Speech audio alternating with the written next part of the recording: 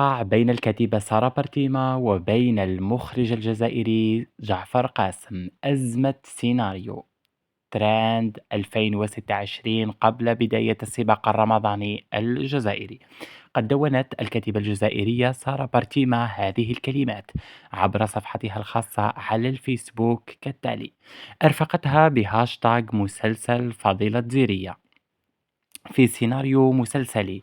فضيلة زيرية الذي هو من تأليفي، الشخصية تختاوج هي شخصية العمة الحقيقية الكبرى للراحلة المغنية فضيلة زيرية.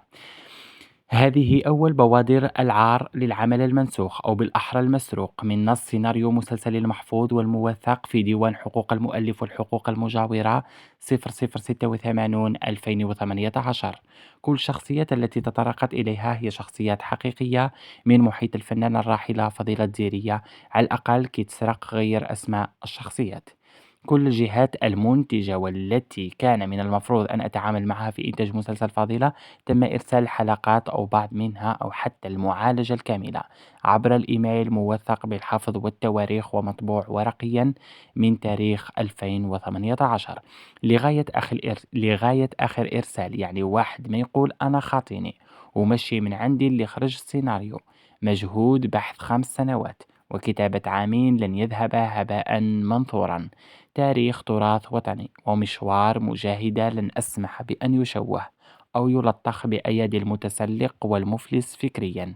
حقوق الكتابة عن فضيلة وعائلتها ومشوارها تحصلت على حق كتابته وإنتاجه قانونيا من طرف عائلتها، وهناك عقد رسمي بيني وبين العائلة موثق عام 2013 قبل الشروع في كتابة السيناريو، وختمتها بهاشتاغ العدالة بيننا. حاليا أكيد احنا ذكرنا في بداية الفيديو عن وجود خلاف بين سارة برتيمة وجعفر قاسم، إلا أن ورود اسم جعفر قاسم يعد إلى غاية الآن مجرد إشاعات أو فرضيات، لأن الكاتبة الجزائرية سارة برتيمة كتبت فقط هذه الكلمات التي سمعتوها في هذا الفيديو، إلا أنها لم تحدد الشخص أو من وصفته بالمفلس فكريا. وهكذا نكون وصلنا إلى نهاية الفيديو. نتمنى لكم سهرة ممتعة وشكرا لكم على حسن الإصغاء والمتابعة، وإلى اللقاء.